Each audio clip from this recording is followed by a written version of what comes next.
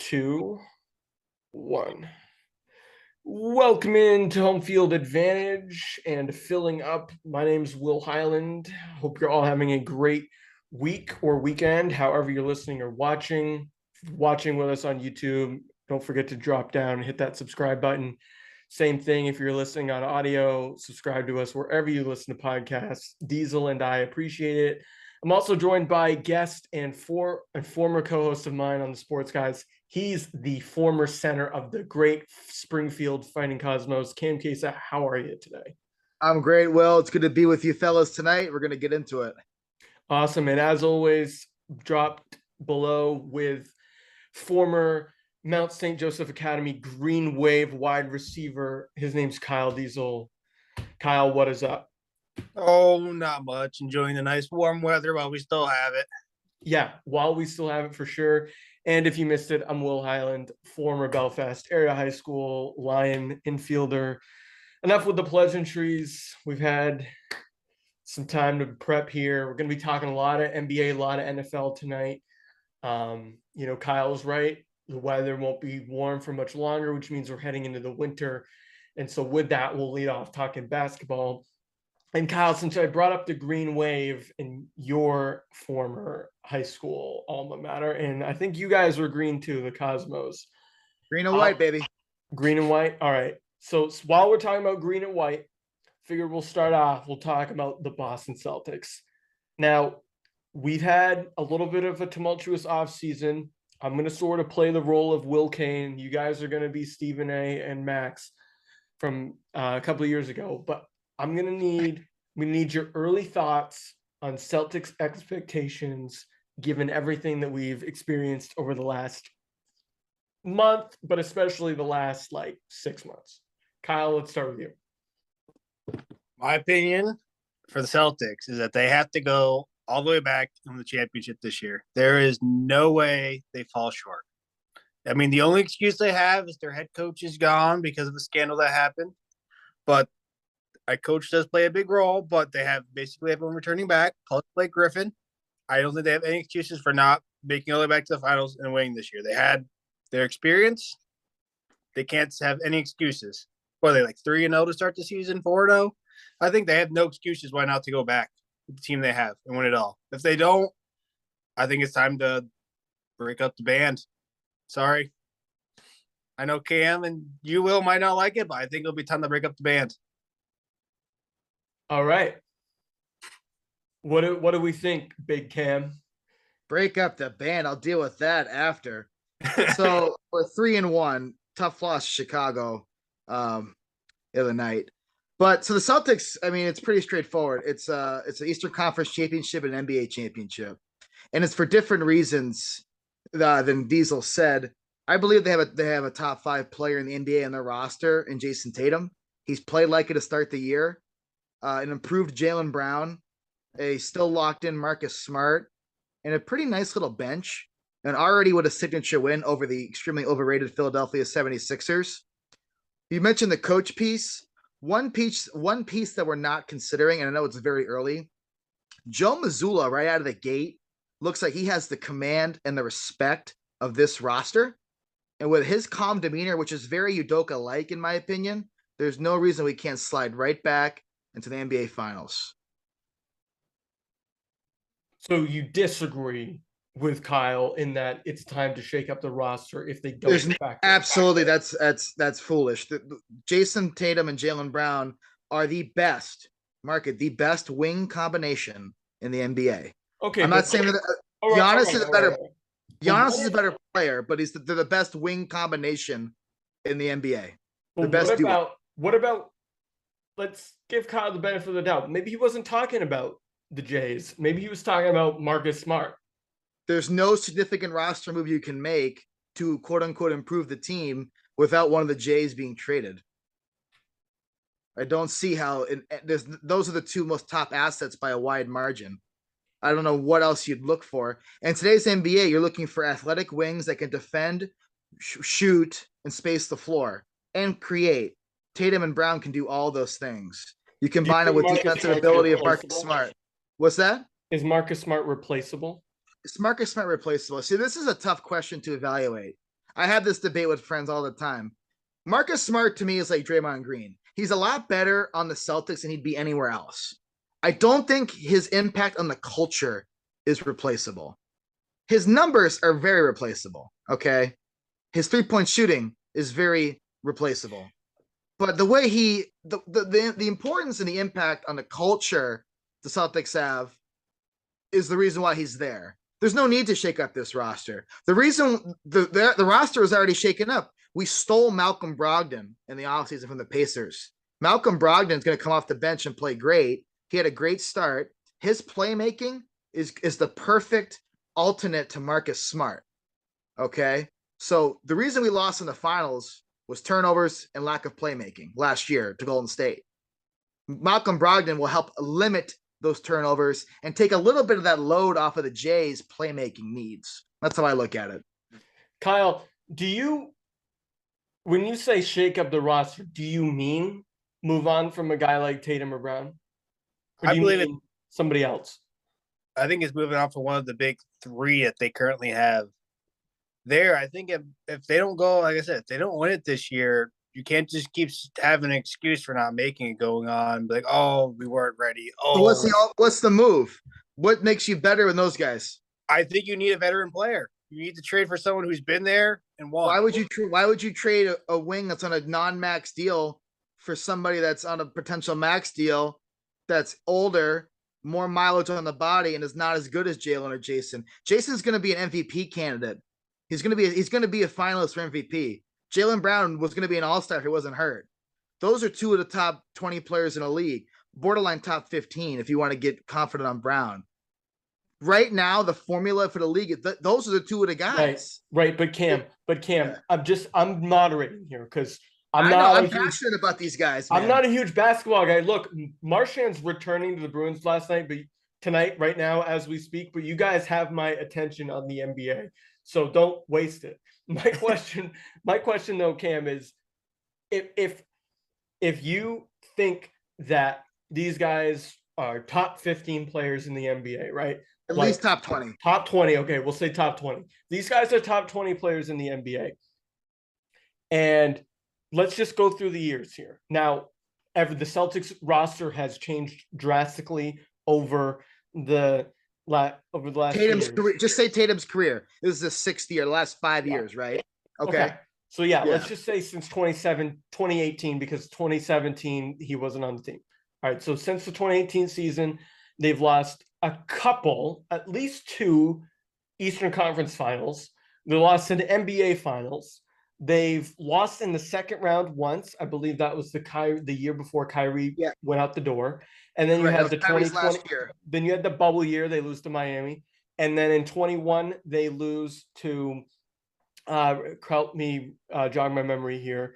Was it Milwaukee? What, in 21? Yeah. Or was it the Nets? It was the Nets. It was no. Yes, I'm sorry. Yes, in 5 games. Right. And then last year, obviously, they lose in the NBA Finals. So it's not like these guys haven't had some kicks at the can, right? So I guess I'm ready for you already. Playing New Jersey Devil's advocate here is what is taking them so long to get there. So let me just ask this: Joel Embiid has won 4 playoff series in 5 years. Okay, he's been in the second round 4 times. He's never been in the conference finals.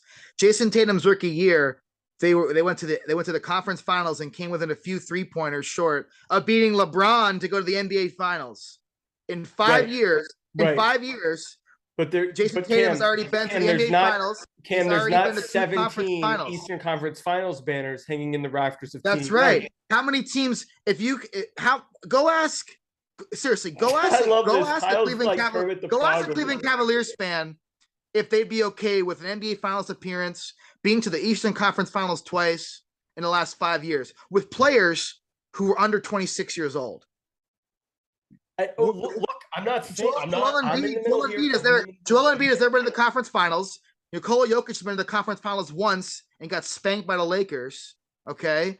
James Harden has choked so much in the playoffs.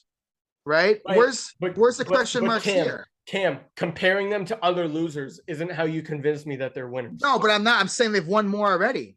Right. As a And rookie you're right. and as a You're right. player. You're right. They have, as young guys, done a lot already. Michael Jordan didn't win until he was 26, 27. LeBron lost a few times as well. Kobe Bryant, in his first appearance in the finals, was terrible. He was airballing shots. Shaquille O'Neal is the reason they won in 2000. Mm-hmm. Okay? If Kobe didn't have the best center performance in the playoffs, I'm not saying all the time, Shaq's 2000 season, go back and look at it, was arguably the best single season in NBA history, statistical-wise. That's why they won the chip. Kobe was terrible in the first finals. Right. I get all that. I understand NBA. I understand NBA history, and we can go back to when we were all in diapers.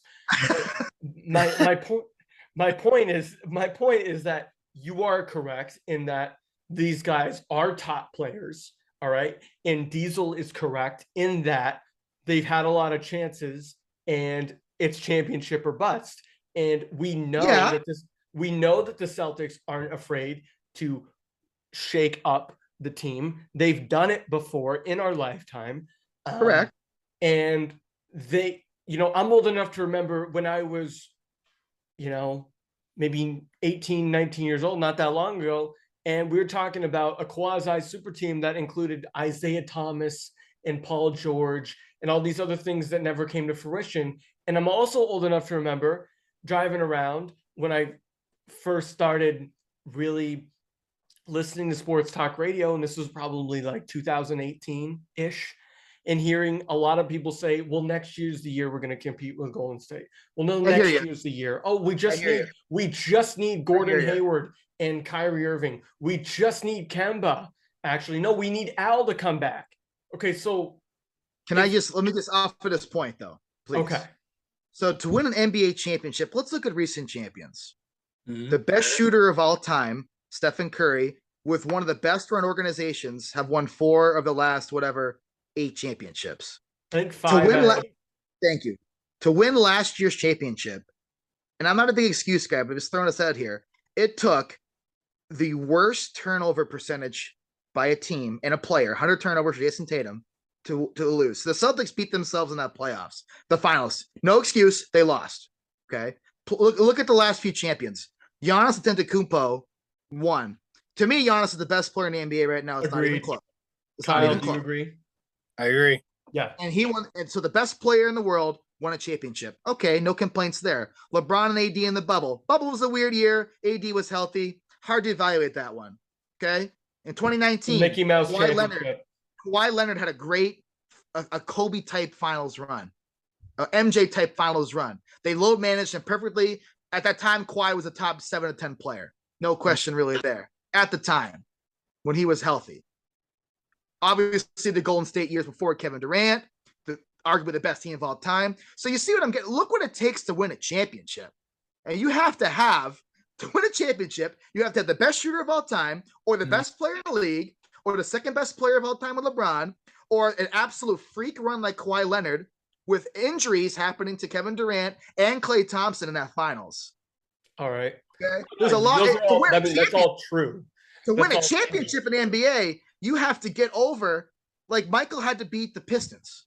Okay? Like Tim Duncan had to beat Shaq in the Lakers. Like it takes a lot to get there. No, I get it. And you don't have to be a scholar of NBA history to understand all that. Like I'm not, and I understand all that because it's the same in all other sports. Right. Like championships, everyone likes to have all these diatribes about defense wins championship. No, it's the best players. Stars and players win championships. Right. So Kyle, as we close out the Celtics expectations, we clearly know what Cam's are. You've been critical. Are they capable? We've heard Cam talk about, are they capable? We just heard him explain how we've had stars in recent past that have rose to the occasion and done that.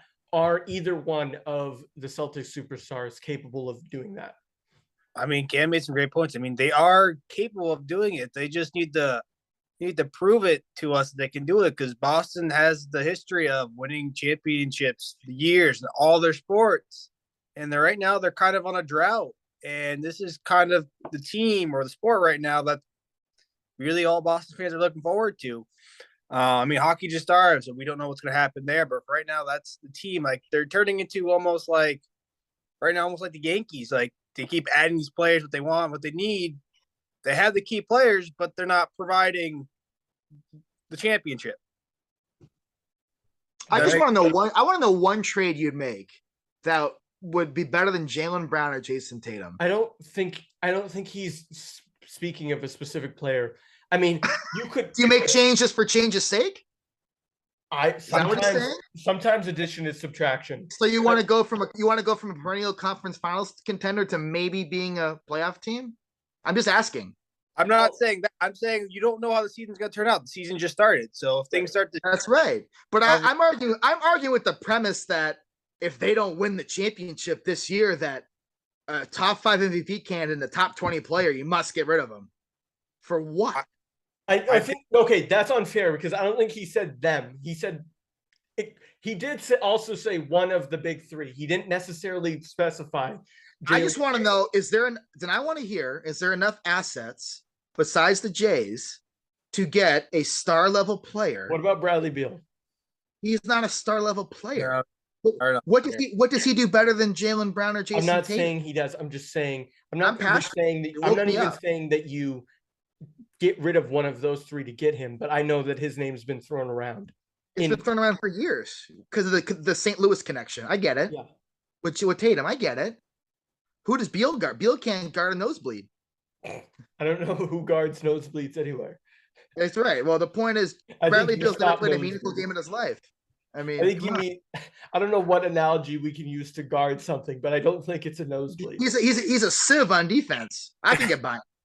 Right. Maybe not. Well, that's like get carried away. I just threw his name out there because every Celtics fan has been yelling at me for like 4 years. We're not gonna get Giannis. We're not gonna get Steph Curry. One thing I will say about the Bucks though is Celtics fans love to pat them. And look, I'm a low key Celtics fan. I don't follow the NBA a lot, but when they're on, I root for them. Right? I'm not one of these like I hate the Celtics kind of to be a contrarian guy. I'm just objective about it because I'm not blinded by faith in the team and loyalty in the team. But a lot of Celtics fans do like to pat themselves on the back for beating the Bucks this year and conveniently leave out that Chris Middleton was hurt the whole series. I don't forget that. Okay, that was a nice. I'm not saying I didn't say you. I said a lot of Celtics fans conveniently leave that part out. No, I'm saying I always said if Middleton was healthy, the Bucks would have been in the finals. The Bucks would have been in the finals if Middleton was healthy. There's no question about that. But he wasn't. He wasn't. I mean, but what would it take to go get somebody like Karl Anthony Towns? Why would I want Karl Anthony Towns? I don't think it's up to that person. Why would I want Karl Anthony Towns though? He's okay. He's still a top 15 player in the league. He's not better. You think he's better than Jaylen Brown? I didn't say he was. I'm just saying. I'm not asking. replacing. Sometimes it's not, and you know this because you're a coach too. It's not about players worth this, other player worth this. It has to be. Sometimes it's about the fit. So I don't know. Maybe here he would thrive because Minnesota. I mean, really, it's not. He seems like his career is going nowhere there. I like that team. It's a wasteland. They have a nice young core. I know it's not a Minnesota topic, but I love Anthony Edwards. But yeah, I mean, they have a nice young team. I have always liked Cat. They did move on from Wiggins. Wiggins went and won a championship with the Warriors. That's a culture and fit thing with Wiggins though, because he has the two of the best 3 shooters of all time around him, and Clay and Steph. Yeah. So I mean, I'm not saying they won because of Wiggins, but Wiggins. No, really good. Well, Wiggins was the second best player in the finals last year. I think we talked about it during the finals that he went off. He dominated. Yeah. He owned Tatum, no question. He made Tatum. He made Tatum his boy. He owned him. Yeah. He owned him. But I don't know if a guy like Cat makes you better. I don't know who else is around. Not defensively. I just feel like you just don't make change for change's sake. And I tend to agree with you. I think even if they lose in the finals this year, the refrain out of TD Garden will be, oh, well, there was an injury, or we lost to a better team, or we didn't have our head coach, or whatever. Like, they're not going to blow up the team after, even if they make the finals the second consecutive year and lose. I don't think so. Even if they lose in the Eastern Conference final, I don't think they make any huge changes. I think it'd be extremely foolish to do so. The only thing that would cause them to make a massive change would be if they miss the playoffs altogether, which isn't going to happen because like every team makes the playoffs in the NBA. And then if they didn't get beyond like the first round. Agree. That's fair. That's really the only thing that would that for me would cause them to be like, hold up, maybe we got to reassess our team here. I just don't think there's 15 better guys than Jaylen Brown in the league right now. Overall, and the 15 that are guys available, that are realistic and available. There you go. I was going to say that you're not going to get Devin Booker or Kawhi. I mean, like obviously you could throw out some names. Like he'd be a name. I would love him on the Celtics. You know, sure. In a perfect world, like I'd love. Who's the guy down there in? Give me John Morant, please. Yes, that's what I was about to say. But guess what? Memphis, they wouldn't trade the state of Kentucky for him or whatever state they're in. Tennessee. Yeah, I'm a northern guy. You know, I could get a map out for you if you want. Yeah, I'm gonna need a blood pressure map for telling me we got to trade the team away because we gotta make a trade. We gotta make a change. All right, now we can move on here because I think we've hit this hard. We've talked about this for like 20 minutes. If there are other teams in the East, right, that would knock off the Celtics, who are they? Kyle, let's start with you. I think the teams like we just talked about. I think the Bucks definitely was a healthy Middleton now could definitely knock them off. But I also think that the Heat drove them to what, Game 7 last year. Yep. Yeah, they're another team that good. Those are two teams I think right now. Maybe Chicago. Chicago's on their way up this year. Right. They have a lot of good last year. Fell apart for the end of the season, but I think those are the top 3 teams in the East that have a chance of knocking the Celtics off. There's always that gritty team in either conference. It sort of like surprises people a little bit. Like Cam pointed out several years ago, it was the Celtics with Kyrie hurt and with Hayward gone, and like they had like Terry Rozier or whatever, and they like clawed their way around. There are teams that randomly do that in the NBA, so I wouldn't put it past them. What about you, Cam? Well, Kyle, obviously Milwaukee, good choice. Miami's really tough, well coached. Jimmy Butler's a great playoff player. I'll go. Those are my other 2, but I'll go. How about Toronto Raptors? Yeah, right. They have a great roster. I love Scotty Barnes, Pascal. Those guys, they fit what I'm talking about. Those athletic wings that can guard, shoot, and defend and create for each other. Trying to guard Scotty Barnes, Pascal Siakam every night, that's difficult. And those guys can guard the Jays, I think, as good as you can. So if I had to do one more like super kind of deep sleeper in the East, Cleveland Cavaliers. They're probably a couple years early, but I love Evan Mobley, and I love Mitchell being there with those guys. So I think that could be something. So I think, but Milwaukee's the big challenger, right? Yeah, I mean, I think the Bucks just caught the injury bug last year. I agree with you. I think they're still the best team in the East, top to bottom. And like we all said a few minutes ago, Giannis is the best player in the NBA by a lot. I've felt that way really since he won that championship last summer. The thing, and you're right about Toronto, and it's a different Toronto team. Like they've always played the Celtics pretty tough. And look, I know Kawhi's not there, DeRozan's not there. It's a different makeup. But yeah, like they just seem to always play the Celtics pretty tough. Even that 7-game series in the bubble year was really tight. Razor thin. But yeah, I agree with you guys. And I think Philly's frauds. I mean, I know Philly sports is having a good run right now with like the Eagles and the Phillies and whatnot. But I don't know. We were just trashing on Embiid a little while ago. Harden, I mean, I don't get the sense there that like they're gonna make noise in the playoffs. I just don't get that. What about out west, Kyle?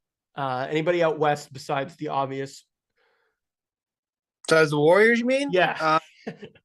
Let me think about that. Trying to think. I do think there are some teams out there, like we saw the Suns, of course. Have a good chance they'll probably make it pretty deep in the playoffs. The Mavs, I always like the Mavs. I do like how the teams run, very young. I still Hard think not to like the Mavs. I still think they still need a few more pieces there to really make themselves a solidified playoff run. Luka is probably a top 5 player in the NBA as well. I agree with that. Third. He might be third or second. But I do think the Jazz always fall apart sometime in the playoffs. I don't know why they seem to fall apart, but they're there, but they just, for some reason, can't capitalize on anything. What about Memphis? I just can't see Memphis. Yeah, No. they kind of like ran out of gas last year. What about you, Cam? Did you already say no? You haven't. What about the West? So I'll just put the Suns out there. That's an easy one. I'm actually going to push back on Golden State, and here's why. They've really regressed defensively so far. They're giving up 120 points a game. That concerns me. They're older. Dre and Clay are older. They're hurt more. They're going to have to rely on a lot of unproven guys. Yep. For them to win, they're going to have to rely on James Wiseman, Moses Moody, Jonathan Kuminga. I love Jordan Poole. Yeah, But I mean, those are going to be the guys. So I'm not putting Golden State in my top three. I don't like Golden State to repeat. If I was going like a little different, I like the New Orleans Pelicans if they're healthy. Zion Williamson, Brandon Ingram, CJ McCollum, Valanciunas, Herb Jones, Grand Theft Alvarado. That's a really nice young team that has some juice. Again, I've always been tough on Zion with injuries, but if he's healthy, he's an all-star level player. Brandon Ingram looks great. And they have a nice coach in Willie Green. So that's a nice little crew there. And if I had to go a little bit deeper, I like the Clippers still. Because even without Paul George and Kawhi playing a lot, they're 11 guys deep. They have Reggie Jackson. They have Marcus Morris. They have John Wall back. About Marcus Morris, yeah. I mean, they have a nice team. They have guys. They have Luke Kennard as a great three-point specialist. They have 5 guys that can lead you in scoring every night. Jeez, so those are my 5 guys that wouldn't grab the burger. I'll take 2 extra mayo. Cajun fries. No, I like that. No, it's totally good. I love those sleeper NBA picks because I mean, no one really talks about that in the NBA. It's sort of like people get into this foregone conclusion that's like, okay, Warriors and whomever in the finals, and sometimes it doesn't always work out that way. But more often than not, it does. The other team I'd throw out there and want your opinion on, what about the Nuggets? So I'll tackle that one real quick. It's going to come down to the health of Michael Porter Jr. Yep. Okay. Because you have Jokic. He's obviously an all-time great already. He's a Hall of Famer if he died tomorrow. Jamal Murray, if he comes back healthy as well, he's an excellent player. He's a top 30 player in the league when healthy. But the X factor has been since he was drafted, Michael Porter Jr. And how's that back going to hold up? Yeah. Because Michael Porter Jr. was supposed to be the number 1 pick in his draft class. People forget that. He was the number 1 rated player out of Missouri. He was the guy before the back surgeries. And Denver stole him at 14. So if he can contribute and if he could be 75%, Will, of what he was projected to be, that's a sleeper finals team. All right, I like that. Well, guys, while we're talking about Denver, we're obviously talking about Nuggets. And there was a nugget this week in the NFL world, if you're ready to move on, that love my transition there. It's A+. A+. You can tell I do this a lot. The nugget in the NFL world was that Mac Jones is expected to start the game against the Jets on Sunday. Now, I'm going to interject myself here a little bit more because I know a lot more about this than I do about the Denver Nuggets starting 5. Mac Jones, we all said in the beginning of the NFL discussion we had back in early September that Mac Jones had the opportunity to take that second-year jump.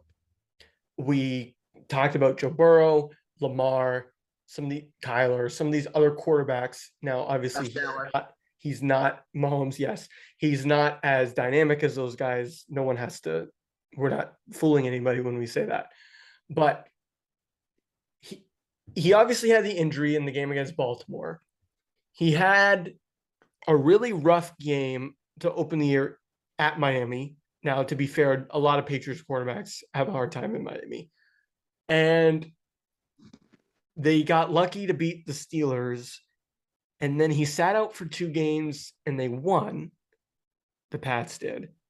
And then last Monday night, he had 3 really ugly possessions.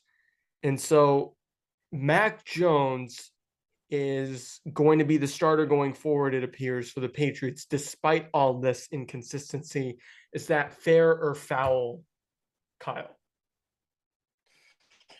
That's tough. I mean, just seeing what he did last year, I feel like it's kind of hard to say because Zappi's had a great start coming in off the bench. He doesn't have a lot of experience, but I just don't feel like Mac Jones is the same as himself last year. He doesn't look as healthy. His passes don't look too well. And I think Zappy is kind of that like bright spot, especially for like fans and for the team. I think he's the go-to guy, but I'm not as well informed on how the Pats are, since they are not in the NFC, so I don't really follow them as much. But that's just my input. I think you got to go with the guys who's brought you the most this so far this year. You can't go off of past experiences. Do you agree, Cam? Here's the thing. That's a fair opinion. I think it's a fair opinion. So here's That's a how good I look outsider opinion too. Yeah, I think that's a fair thought. I'm not an anti-Mac guy, but my question would be: we're rolling with Zappy, 2 wins in a row. What's the rush to get Mac back? If Mac Jones is truly the starter and Belichick fully believes in him, why wouldn't we wait till he's just fully healthy instead of trying to pull the college strategy of playing both quarterbacks? I don't think that benefits either quarterback. No. Okay.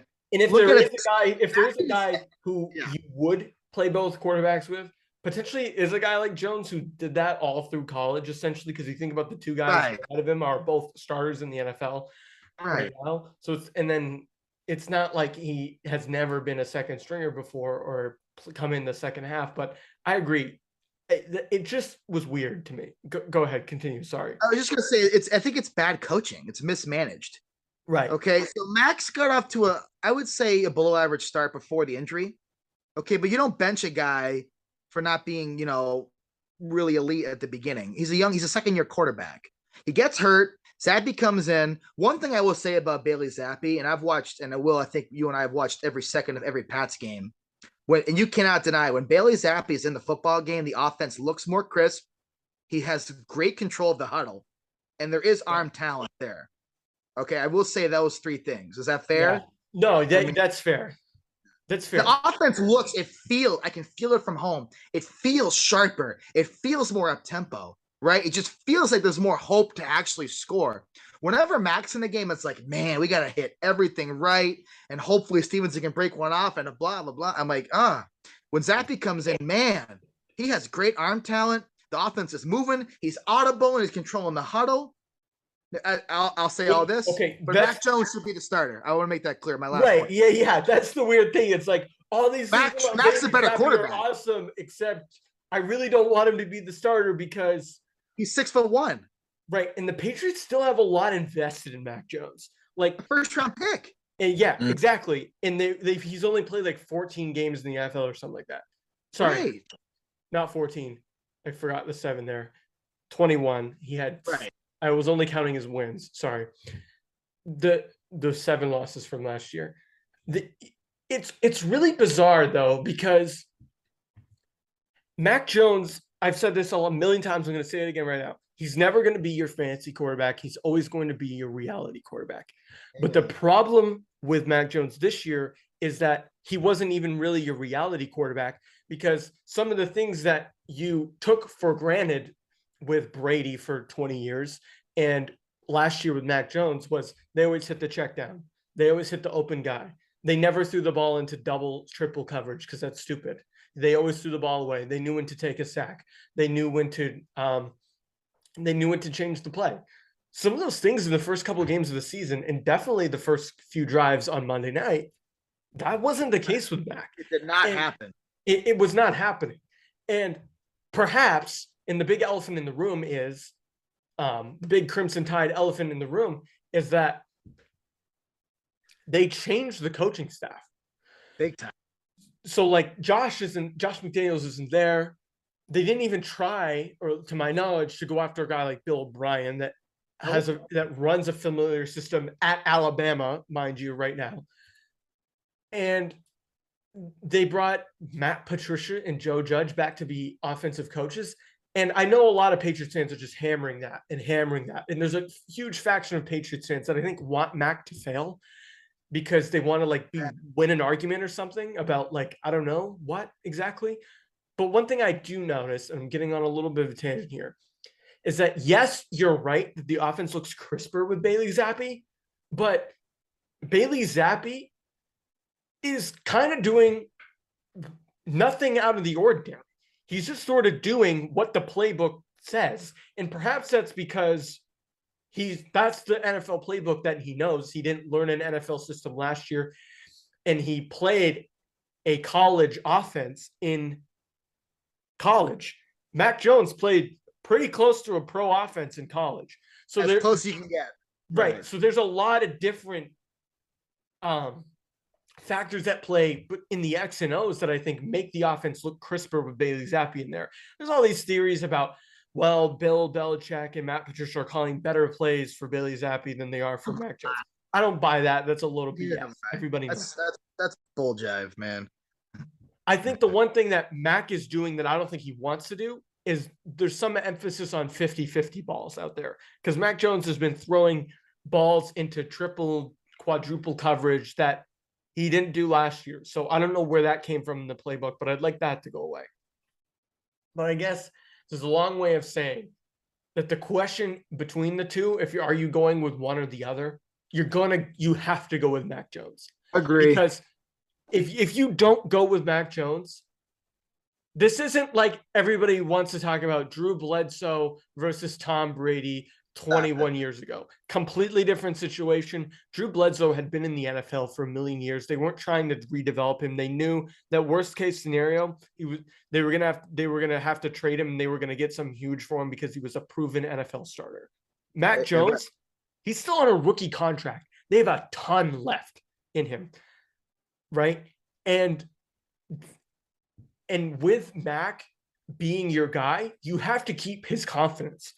If they were to go and say Bailey Zappi's our starter because he had 2 good games against the Lions and the Browns, and he's going to be our starter going forward, even if Mac is healthy, sure, that might galvanize the locker room in terms of clarity, but some people in the locker room might be like, you're turning on our young quarterback who we believe is the leader, who we chose over Cam Newton as a coaching staff. And took us to the playoffs as a rookie, right. I'll add.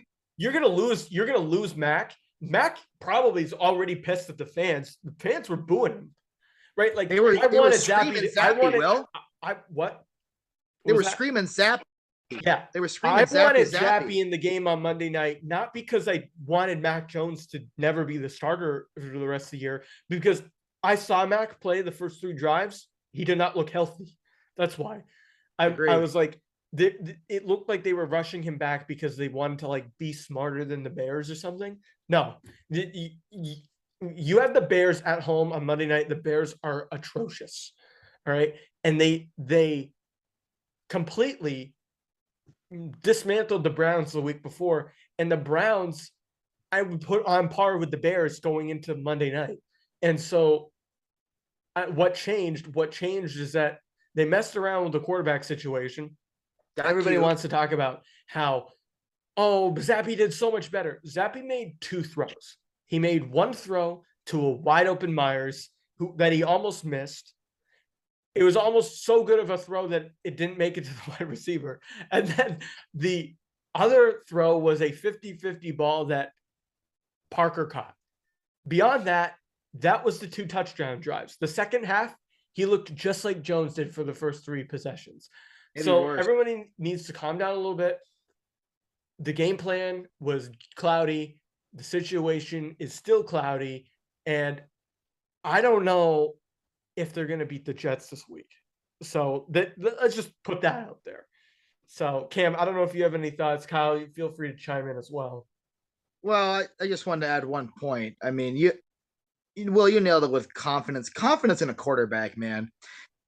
I said to you previously, if they wanted to go with Zappy should have got every first team rep before the Bears game and kept that confidence going. Matt could have rested a full another week.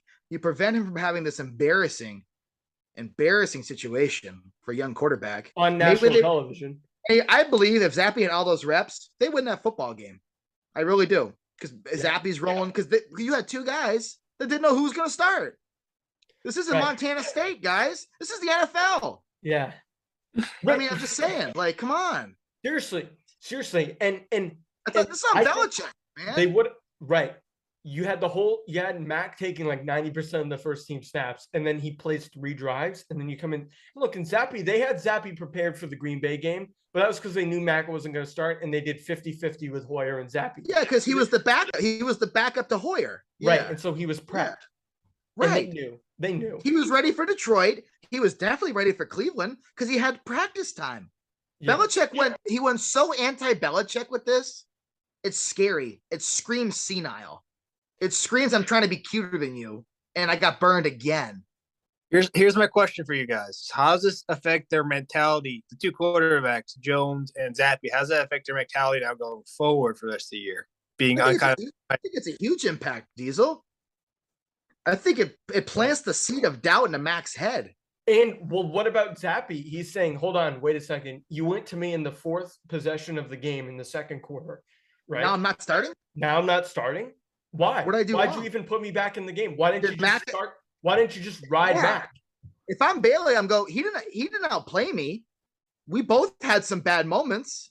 Why am I not starting? I'm 2-1, man. Like the fans are chanting. If I'm Bailey, I'm 2-1. The fans are chanting my name. Zappe? No. Jones is 1-2. Yeah, if I'm Bailey, I'm saying if I'm Bailey Zappe, I'm 2-1. Yeah. I had a shutout win. Like I'm feeling good. Like everybody's feeling me. My teammates are responding. The offense looks good. And now I'm back on a bench for this guy who just threw a pick. Like, really? And now if you created a problem that didn't need to be there. Right. Because what you could have done is you could have played Bailey Zappe against the Bears. And let's say win, lose, or draw, you played him, you hung with him. That's another week that Mac is healthy. Then you revisit it for this Jets game, which, by the way, is a huge divisional game because you're now 3-4 and the Jets are 5-2. I think it's an elimination game for the division. If the Pats lose, they cannot win the division. Right. It's a huge swing in the division because if the Jets win, they're 6-2 and you're 3-5. All right, you're 3 games behind. You'd be 3 games behind them with a tiebreaker. That's tough. You're not overcoming. 4 games behind. So that's not the Jets. We're not even talking about Miami or Buffalo. The Jets. I know. Right? That's the sad part. Yeah. So then what you could have done is if you played him win, lose, or draw against the Bears, you get Mac ready for the divisional road game at Jets. And then you get him ready for the home game in between, home against Indianapolis, which looks more winnable now that Ryan is playing. So they kind of went with this half-assed situation. College option 2 quarterback la-di-da garbage that didn't work. This is what that's what bad football teams do. That's what Cleveland does. That's what Carolina does. This is not what 6-time world champions do. It's embarrassing. I'm so mad now. It's below Bill. It's desperate. It's desperate. It didn't need to happen. And here we are. And now all we're talking about, and by the way, forget the quarterbacks. They couldn't stop the run anyway. Justin Fields looked like Bo Jackson and Lamar Jackson, Michael Vick combined. He had anything he wanted all day. Right. That's a whole different argument. I haven't seen that many people fall down since the last slip and slide convention. It just doesn't. I don't understand why they couldn't. This is a whole nother topic. But I tweeted this out. The quarterback actually had little to do with the outcome on Monday night, to be quite honest. And then we just spent 20 minutes talking about the quarterback. They kind of got blown out. They couldn't stop anything. Because they could not. It was like 3rd and 9, and it might as well have been 3rd and 0. Like it was an automatic first down, like 3rd and 9. There goes Fields down. There goes Fields for 25 yards again. He's running by our linebackers. Hey guys, is anybody going to tackle him? Anybody? The only guy on defense that tied his cleats on Monday night was Matt Juan. Everybody else, they should have walked home. They should have been locked out of the locker room. Now I'm awake now. It was so bad, and but seriously, it exacerbated the problem.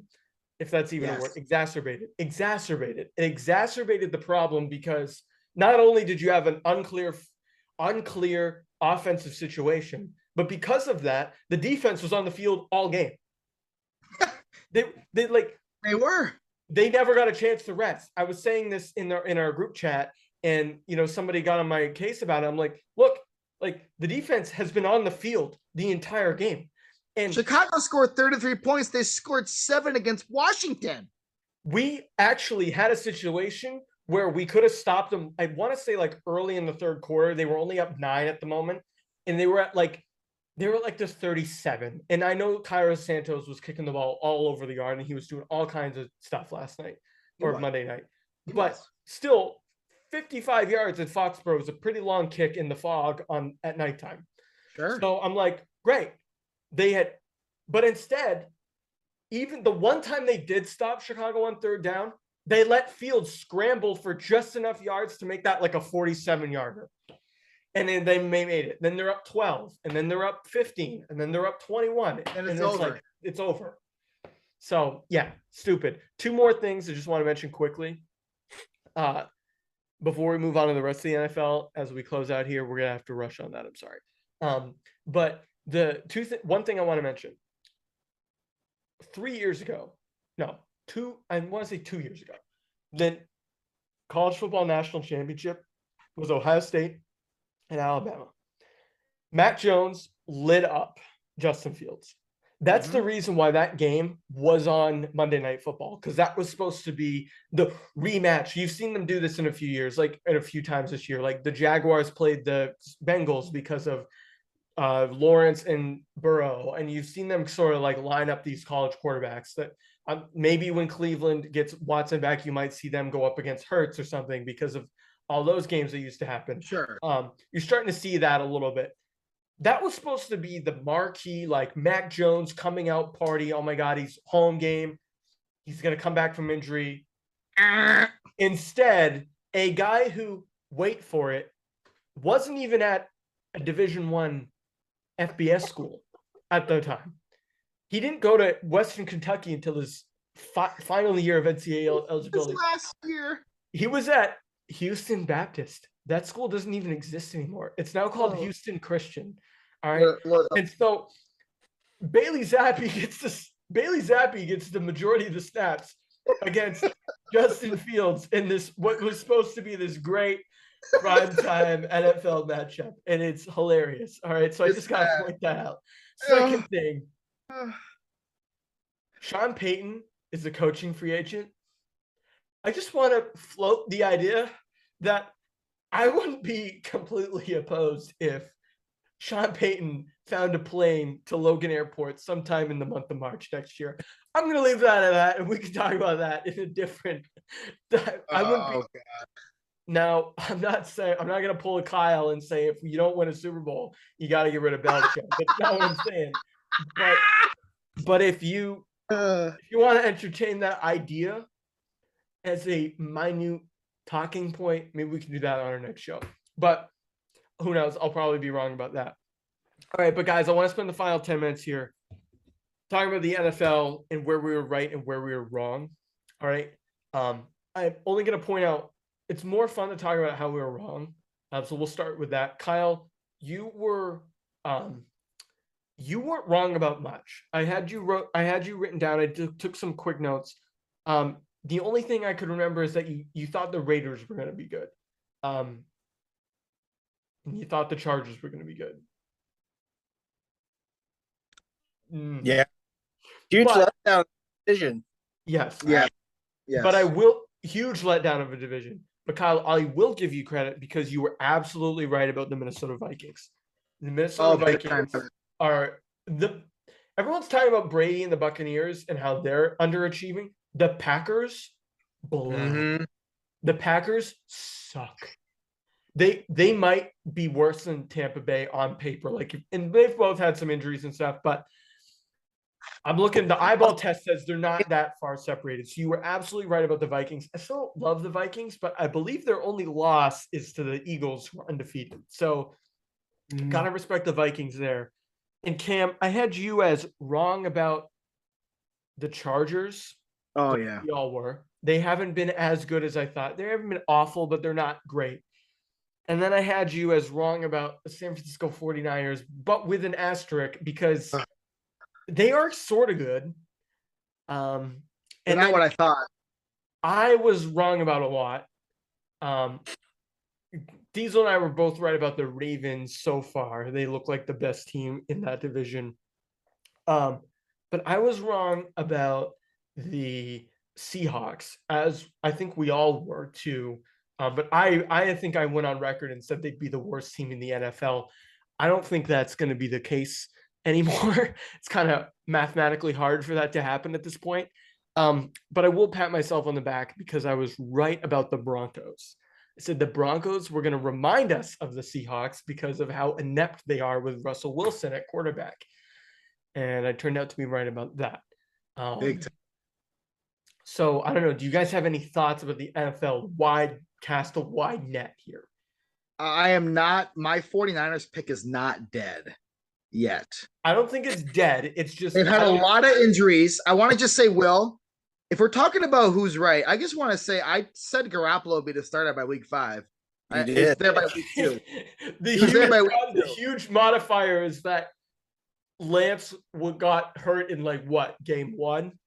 Two. Those are technicalities. All I know is Garoppolo was on the field. Okay. I'm praying for Trey Lance. I hope he has a great recovery, and he seems like a nice kid. He might have a great career, but I just thought Garoppolo was a better fit for them this year. Right. And with CMC there, if they get healthy, that division's very winnable now, much more than we thought. So we'll see. I was wrong about the Cowboys while we're talking about injuries. Now, Cooper Rush did a pretty good job. I still think they're in that division. I think they only have 2 losses to the Tampa Bay Bucks, and I think they lost last week, if I remember correctly. They lost to Philly, yeah. Yes, that's right. That was 2 weeks ago. They lost to Philly and Tampa Bay. They beat Detroit last week, so they're right. They're going to be a wild card team. They're but I thought they were going to win the division. I think they're still in it. I think Philly surprised me a little bit. Yeah. I think the Seahawks definitely surprised all of us so far. A pleasant way. Miami, the Jets are better. We were all wrong about the Jets so far. I think on paper they're the 3rd best team in the AFC, like by record right now. AFC South's a mess. We kind of knew that coming in though. Yeah, the AFC. I know the Jags have had some interesting wins. Like they beat Cincinnati, and they've been the most fun to watch, Will, out of that division. Well, and what's confusing about them though is they just traded Robinson to the Jets. Well, he wasn't getting any carries. I think his ship has. But you're still trading him to a team that's like you're going to be competing against for a wild card potentially. That's a bad franchise though. They make bad moves. I mean, it's been so. I mean, I hear you. It's a bad franchise that's been bad historically that makes bad moves. I mean, yeah. Kyle, what about your Rams though? We had that on the list of things to discuss. I want to close out with you talking about your Rams. I mean, they're not looking great, but that's what happens when you go down to your 4th / basically your 5th string lineman. Your front 3 are basically gone, and they have 1 or 2 right now that are from the Super Bowl starters that are still healthy. I think one of them just got hurt 2 weeks ago, so they're down to 1. So that's a huge impact. Plus, their offense has been just really Cooper Kupp. That's what frustrates me the most as a Rams fan. Like, you went to get Robinson, and he's supposed to be basically your Odell Beckham. I'm not saying Odell may not come back, or he may. Who knows? But I think that Odell, for his safety, should take the year off to fully recover so he can have a healthy career through his 30s. But the Rams are just not doing anything. We can't run the ball. Akers doesn't want to be part of the team anymore. He has his own ways, which is very confusing. They just went to go win a Super Bowl with this team, which is mind-blowing. To me, I guess if he's frustrated with the O-line, you can't help with injuries. Injuries happen to the team. But Matthew Stafford's got to throw the ball to other receivers. But I know from what I've been hearing that Robinson hasn't been open. But I think there's some chances that he has been, but they just haven't utilized him enough. But Van Jefferson comes back just from his bye week. He's just come back from his knee surgery. I think that's going to help their offense. Their defense has been average of what they've been the last few years to start. Like they've been kind of slow to pick up the game, but once they get toward November, December, they've really picked it up. So I'm not worried defensively too much. Offensively, what really, really concerns me is just giving the ball to Cooper. Yeah. Well, I think the NFC is still wide open. I mean, the Eagles and Cowboys and Giants, that division, we were way off. Like I think they're like the best division in football by win-loss record, potentially. Someone should fact check me on that. The Seahawks have been better. The Cardinals have been kind of what I thought. Niners have been kind of what I thought. So, but like that conference is still wide open. I wouldn't even rule out the Packers or the Bucks yet. The Vikings have been good. So yeah, I mean that the Rams aren't like in the jeopardy of not making the playoffs at week 7 at this point. But I don't think unless they completely turn their season around, it's gonna be really hard for them to like compete to be like the number 1 overall seed at this point because they're probably like a good 3 games behind Philly at this point. Yeah, that division has a really tough schedule this year. Yeah, and what's also weird about this year is the Colts I thought would be much better. Agree. You know, like Matt Ryan. You know, if you think just about a quarterback, what we're talking about with the Celtics is like you get rid of Wentz, you bring in Ryan, and pretty much the rest of the team stays the same. You'd think that would be a huge upgrade, but there's something about that situation. He's getting benched for Sam Ellinger. No disrespect, but really, Jonathan Taylor's been a big disappointment too. Yeah. Will.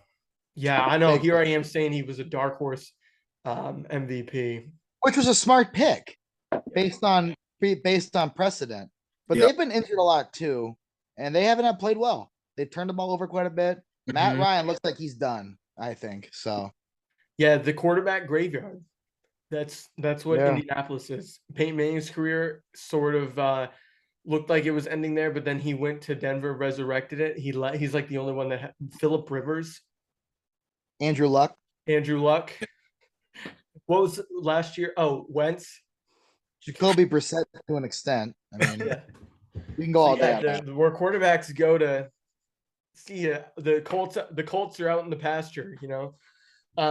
Hey, talking about MVPs, Cam, you mentioned this before we recorded. I'm sorry we didn't do this. Let's close with, I know, and we're jumping back here. NBA MVP. Completely forgot. I know you had mentioned that and didn't want to leave you on the hook, excuse me, with that. So let's close out. I know we're switching sports here at the end, but I do want to fit that in since you had mentioned it. NBA MVP. Am I starting? Sure. You're the NBA guy. Jason Tatum. I firmly bet. Not even just because of the Celtics. To me, the Celtics to be the number 1. They could win 55 games. You know, you're right because you're right because I think that David Pasternak is going to win the Hart. I think that Mac Jones is actually going to come back and win the NFL MVP, and then next year, Xander Bogaerts is going to win if he's with the Red Sox. He's going to win the MLB MVP, American League. So yeah, you're right. Talk to me in June when he's holding that I know. I'm just giving you a hard time. That's not a bad pick. I know. He has that ability in him. He clearly does. No one's disputing that. Except for Diezel. Yeah. Kyle, what about you? Speaking of you. I'm gonna go with a little bit of a Western Coast player. I'm gonna go with Damian Lillard as MVP this year. I like that dark horse. Cam doesn't like that. 10th place team. I don't know. They're looking pretty decent right now. I mean, he just got hurt. They might tank. Okay. I'll leave that one alone. 78 games left. We'll see what happens on that one. Now, because I don't know a lot about the NBA per se, like I know enough to hang in the discussion, but I can't give any dark horses because I don't know the dark horses. I don't follow it that closely. So because of that, I'm just kind of going to take the easy route here. I think Giannis comes back. I think he's got something to prove. He won his first championship in 21. Last year, they got bounced early by the Celtics, relatively early, I should say, in the second round. I still think we all just say he was the best player in the NBA. The only issue is like not quite sure like how like scoring is a big thing, and I know he can score a lot, but I think there's other guys in the league that score more than him, like in terms of points and like points per game and all that stuff. Because Luca's the big pick right now in the yeah, league. but He's the like he scores. I mean, like obviously Giannis scores, but like Luca scores at the rate that you need to win an MVP and always be in that conversation. So like, yeah, that would be a pretty safe pick too. But yeah, I think Giannis just was something to prove. I think if the Bucks are the number one seed and he's the reason why, it would be hard not to say that. But yeah, Luca, that's or like John Morant, perhaps. I was going to say Ja for kind of a little wild card one. Yeah, Ja's a good wild card. Obviously, Jokic is a good. Embiid will be in the conversation. Perhaps in the conversation if they're a top 3 team, which I don't think they will be. But yeah. But anyway, hey, that's a good way to end it. I mean, I can hang in the NBA talk to an extent. Can hang. I do love basketball as a sport. It's just sometimes the NBA regular season is like, is it over yet? Talk about all day about the Lakers. What was that? We can talk about the Lakers as a whole. Thank the good Lord for that. We're not going to.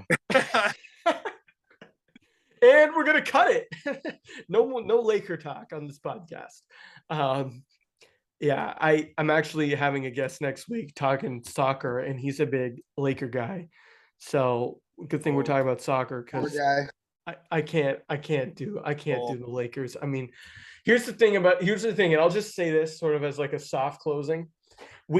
I listen to a lot of sports radio as I'm driving to and from work. Do you guys ever listen to like the Jim Rome Minute? I don't know if any of your local stations have that.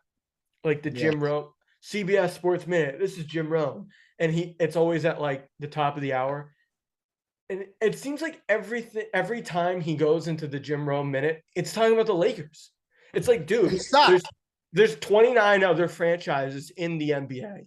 And then I believe the running count is 94 other teams in the big 4 sports, not to mention college sports. And you talk about the Lakers every single time. Like, is LeBron on the team? Yeah. Is AD on the team? Yeah. Russ? Yeah. I mean, but let me just leave you with this quote about the Lakers. I'll say one quote about the Lakers. I'm gonna quote the great Charles Barkley. Lakers suck tonight and they're gonna suck tomorrow too. I think they're one of 3 teams that's 0-4 right now. Let me make it clear. They are terrible. Are they like you can take the Chargers out of San Diego, but you can't take the San Diego out of the Chargers? Westbrook's shooting is like throwing bricks at a wall. It's awful. What were they, like 25% from 3 in their first 4 games? They'd kill for that. Yeah, okay. Well, I'm not a big expert on the Lakers, but what I do know is that they have a boatload of superstars and haven't won a championship. And actually, no, they did win a championship. They won the most Mickey Mouse of all championships in a bubble. And then they also, much like their counterparts, the Dodgers, won a fake championship. So that's what it takes for LA sports to win a championship, everybody. Except actually, of course, for the Rams. We got to give the Rams credit. Even the Rams are still the St. Louis Rams to me. They don't deserve to be in LA because LA doesn't give the Rams what they deserve. So yeah, the Rams did win their championship to complete the 10-year Kings, Dodgers, Lakers, and Rams quadruple. But no thank you on the Lakers and the Dodgers and their fake championships. All right, guys, thanks for coming in. Hope you all enjoyed the podcast. We'll be back next week, like I said, with Josh Ricker talking soccer. But until next time, I hope all you jabronis have a great rest of your week.